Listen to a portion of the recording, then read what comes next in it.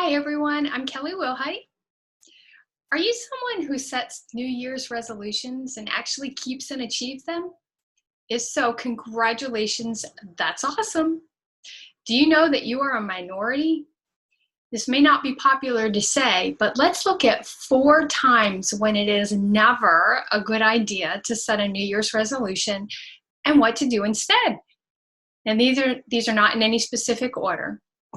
So first reason is that it's never a good idea to set a New Year's resolution is when you're doing it just as an excuse to wait until January 1st before making a change. Let's be honest about it. This is called procrastination, and it makes you feel good about it that you set a goal for January 1st, but then as January 1st rolls around, you don't hit it and then you fail. So here's something you can do instead. Regardless of the time of year, set goals when you're actually ready to make a plan and put the effort in to fulfill them. The second reason it's not a good idea to set a New Year's resolution is when you have a quick fix in mind. Your goal should be lifestyle change and having a long-term healthy habits.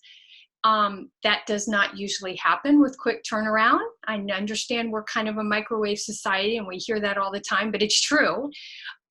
But it's actually worth it to just wait when you can have a plan and have sustained healthier habits. So the third reason, if you're setting, to never set a New Year's resolution, is if you're setting too broad of a change that's unrealistic. Now, most don't make major changes all in one big swoop. It's overwhelming, and many times it leads to not achieving your ultimate goal anyway. For instance, setting a goal of overcoming chronic health issues and starting out with a completely new dietary plan without thinking about the details around it and planning for the transition. Not a good New Year's resolution, but you could do this instead. Instead, you want to set yourself up for success. Determine what it will take for the dietary changes and set micro goals around them to take it in smaller chunks at a time. Some folks can do things cold turkey and an all-at-once pace, so to speak, but most tend not to succeed when doing it that way. The goal is for you to succeed, even if it takes you a little bit longer. Now, the last reason for not setting a New Year's resolution is if you set goals based on what someone else wants you to do, or if you're not willing or ready to do the work to achieve the results you desire.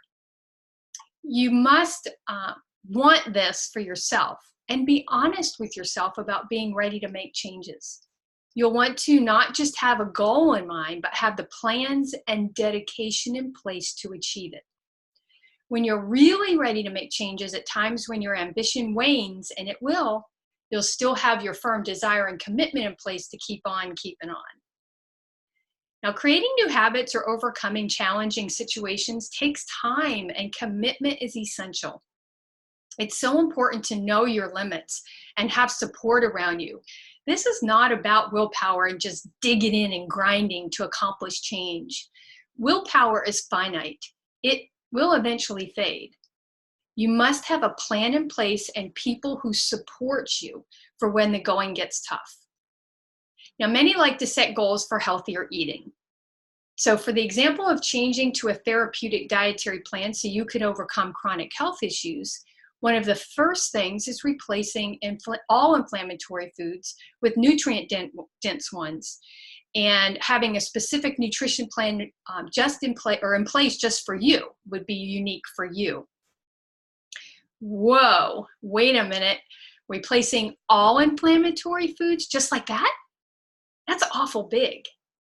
How about starting with the gluten-free change, and that will have one of the biggest impacts anyway, and it itself is a big achievement. So you see what I mean by creating micro goals instead of one big massive goal? Those micro goals will actually help you achieve the massive goal, but you've got to start with what's realistic. So just a little sneak peek, I plan to run a free challenge and training January 18th to 24th. This simple gluten-free Significant results, 7-day free training, a free challenge and training can help you get off to a fantastic start with your health goals, especially if you want relief from your chronic suffering. So stay tuned for more videos and posts about this free challenge and training around gluten-free. In the meantime, I'll provide a link in the comments for more information. Until next time, God bless you and have a wonderful day.